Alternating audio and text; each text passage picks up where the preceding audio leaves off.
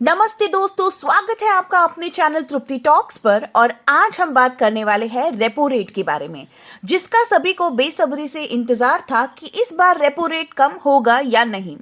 Repo rate कम हुआ कि नहीं, इससे आपका क्या लेना देना है। तो दोस्तों, जो लोग ईएमआई भर रहे हैं उन्हें ये जानना बहुत जरूरी है कि रेपो रेट क्या है और सरकार ने इसे बढ़ाया है या कम किया है। दोस्तों, रेपो रेट कम या ज्यादा करने का फैसला आरबीआई की मॉनेटरी पॉलिसी कमेटी डिसाइड करती है। अब दोस्तों, मॉनेटरी पॉलिसी कमेटी की मीटिंग फाइनली हो गई है और उन्होंने 11वीं बार फिर से यही डिसाइड किया है कि रेपो रेट में बदलाव नहीं किया जाएगा और अभी रेपो रेट 6.5 ही रखा गया है। इनफैक्ट बहुत से मिनिस्टर्स को लगा था कि रेपो रेट कम होना चाहिए, क्योंकि भारत की जीडीपी में जो गिरावट हुई है वो थोड़ी बहुत रेपो रेट कम करने से वापस करेक्ट हो सकती है। अब आरबीआई ने रेपो रेट कम नहीं किया, लेकिन जो सीआरआर है, कैश रिजर्व रेशियो, उसमें एक बड़ी गिरावट की गई है। अब हम जानेंगे कि रेपो रेट और कैश रिजर्व होता क्या है और उसके बढ़ने या घटने से हमारी इकोनॉमी पर क्या चेंजेस होते हैं। काफी कुछ बताया जाएगा इस वीडियो में और आप इस वीडियो को अंत तक जरूर देखिएगा। सेंट्रल बैंक की जो मॉनेटरी पॉलिसी कमेटी है उसमें टोटल 6 मेंबर्स होते हैं, जहां पे 3 आरबीआई गवर्नर होते हैं और 3 मेंबर्स गवर्नमेंट के द्वारा नॉमिनेट किए जाते हैं। ये 6 मेंबर्स मिलकर डिसाइड करते हैं कि हमारे देश के अंदर जो रेपो रेट है उसमें कुछ बदलाव करने चाहिए या नहीं। और इस बार का डिसीजन 4:2 में आया है। मतलब 4 मेंबर्स ने कहा है कि रेपो रेट कम नहीं करना चाहिए और 2 ने कहा है कि रेपो रेट को कम करना चाहिए, और जो मेजॉरिटी कहते हैं वही डिसीजन यहाँ लिया गया है। रेपो रेट को कम ना करके 6.5 ही रखा गया है। मतलब कि जो लोग ईएमआई भर रहे हैं उनका ईएमआई कम नहीं होने वाला है। और आरबीआई इसका रीजन बताता है कि अगर रेपो रेट को कम किया तो इन्फ्लेशन बढ़ सकता है, जो कि ऑलरेडी 9 मंथ्स के हाई लेवल पर है, 6.21%। और फूड इन्फ्लेशन, मतलब खाने पीने की चीजों की महंगाई को अगर देखते हैं तो वो 10.78% है। और अगर ऐसे में रेपो रेट कम किया तो फूड आइटम्स और भी महंगे हो जाएंगे और इन्फ्लेशन और भी बढ़ सकता है। अब जानते हैं रेपो रेट और इन्फ्लेशन क्या होता है। रेपो रेट वो रेट होता है जो सेंट्रल बैंक चार्ज करती है कमर्शियल बैंक से जब सेंट्रल बैंक कमर्शियल बैंक को लोन देती है। सपोज आरबीआई ने एचडीएफसी बैंक को लोन दिया 4% में, तो एचडीएफसी अपने कस्टमर को लोन ऑफर करेगी एट द रेट ऑफ 6%। लेकिन अगर आरबीआई ने ये रेट बढ़ाकर 5% कर दिया तो एचडीएफसी भी अपना रेट बढ़ाकर 7% कर देगी। तो ऐसे में कस्टमर को भी बैंक्स को ज्यादा रेट देना पड़ेगा। ऐसे में कोई भी कस्टमर इतने ज्यादा रेट पे लोन नहीं लेगा। लोन नहीं लेंगे तो कस्टमर के पास पैसे नहीं होंगे, तो वो खर्चा भी कम करेगा। ऐसे में जो गुड्स एंड सर्विसेज की डिमांड है वो कम हो जाएगी, क्योंकि कस्टमर के पास पैसा ही नहीं है खरीदने के लिए। और इसका ही उल्टा होता है, जब रेपो रेट कम हो जाता है तो कमर्शियल बैंक्स लोन लेती है कम रेट पर, वैसे ही कमर्शियल बैंक से कस्टमर लोन लेते हैं कम रेट पर और मार्केट में पैसा अवेलेबल हो जाता है। पैसा घूमता है मार्केट में। अब ज्यादा पैसा हाथ में आता है तो कस्टमर खर्चा भी करता है। ऐसे में गुड्स एंड सर्विसेज की डिमांड भी बढ़ जाती है।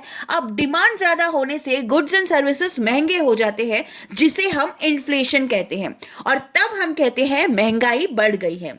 और इसी तरह रेपो रेट को कम ज्यादा करके आरबीआई इन्फ्लेशन को कंट्रोल करती है। क्यों? क्योंकि गुड्स एंड सर्विसेज की डिमांड एंड सप्लाई बैलेंस रहे।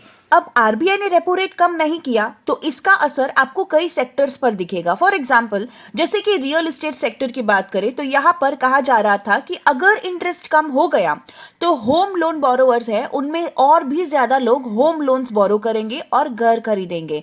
लेकिन अब रेट कम नहीं हुआ तो यहाँ पर रियल एस्टेट्स की एक्सपेक्टेशंस भी पूरी नहीं हुई। जब हम कोविड की बात करते हैं तो रेपो रेट को बहुत कम किया गया था दोस्तों। तब रेपो रेट 4% था ताकि जीडीपी में बढ़ोतरी आ सके।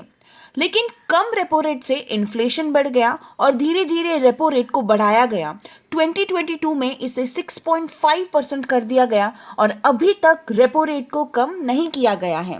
वैसे लास्ट मंथ हमारी फिनेंस मिनिस्टर निर्मला सीतारमण जी ने कहा था कि अगर इंटरेस्ट रेट कम होता है तो हमारी इंडस्ट्रीज को एक अच्छा सपोर्ट मिल सकता है, इंडस्ट्रीज में ग्रोथ देखने मिल सकती है, जिससे जीडीपी भी बढ़ सकता है। सेम ऐसा ही union minister for commerce and industry Piyush Goyal ji ने भी कहा था कि आरबीआई को इंटरेस्ट रेट कम करना चाहिए, लेकिन इंटरेस्ट रेट जो रेपो रेट है वो कम नहीं हुआ। लेकिन इसके अलावा जो आरबीआई ने एक बड़ा चेंज किया है वो है कैश रिजर्व रेशियो को लेकर। सीआरआर को कम किया गया है 0.5%। मतलब पहले सीआरआर 4.5% था, जो कि अब रिड्यूस होकर 4% किया गया है। अब सीआरआर क्या होता है और इससे बैंक्स को कैसे फायदा मिलता है, आइए जानते हैं। मान लो एक बैंक के पास जितना भी डिपॉजिट है, मान लो 1000 रुपीज है, तो ये पूरा पैसा किसी को भी बैंक लोन पर नहीं दे सकती।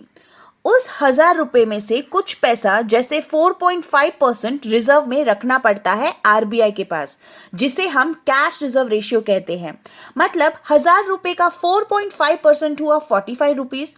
उतना कैश बैंक को आरबीआई के पास रखना पड़ता है और वही सीआरआर अब 4.5% से 4% हो गया है। मतलब अब 40 रुपीज ही आरबीआई के पास रखने पड़ेंगे, 45 रुपीज नहीं। अब बैंक्स के पास एक्स्ट्रा 5 रुपीज बच गए हैं, जिसे वो आगे कस्टमर्स को लोन दे सकती है। इससे होगा क्या, तो इससे यहाँ पर लिक्विडिटी बढ़ेगी, मतलब मार्केट में पैसा अवेलेबल होगा लोगों के पास। अब ये कहा जा रहा है कि सीआरआर में 0.5% कम कर कर आरबीआई ने इकोनॉमी में 1.16 लाख करोड़ की लिक्विडिटी बढ़ा दी है। मतलब इतना कैश अब इकोनॉमी में रिलीज हो गया है। इससे अब बैंक ज्यादा से ज्यादा उधार देगा और लोगों के पास भी पैसा आएगा। लोग पैसा खर्च करेंगे, इन्वेस्ट करेंगे मार्केट में, और ऐसा होने पर जीडीपी में थोड़ी ग्रोथ मिल सकती है। एक तरफ आरबीआई ने इन्फ्लेशन को ध्यान में रखते हुए रेपो रेट में बदलाव नहीं किया, लेकिन जीडीपी की ग्रोथ नीचे आ गई थी। इसको देखकर जो सीआरआर है उसे कम कर दिया। यानी ऐसे नहीं तो वैसे मार्केट में कैश फ्लो हो गया है, जिससे जीडीपी को ग्रोथ मिलेगी। अब लोग ये सोच रहे थे कि उन्होंने जो लोन लिया है, कार लोन, होम लोन, अगर रेपो रेट कम हुआ होता तो उनको थोड़ा कम ईएमआई भरना पड़ता। तो अब वैसा कुछ हुआ नहीं है दोस्तों। अब सीआरआर में जो कटौती हो गई है, इसकी वजह से हो सकता है जब आप बैंक में पैसा डिपॉजिट करने जाओ तो उसमें हो सकता है आपको इंटरेस्ट रेट कम मिले। उम्मीद है दोस्तों आपको रेपो रेट और कैश रिजर्व क्लियरली समझ आ गया होगा और वीडियो अच्छी लगी होगी। और ऐसी ही वीडियोस के लिए चैनल को सब्सक्राइब जरूर कीजिएगा। जय हिंद।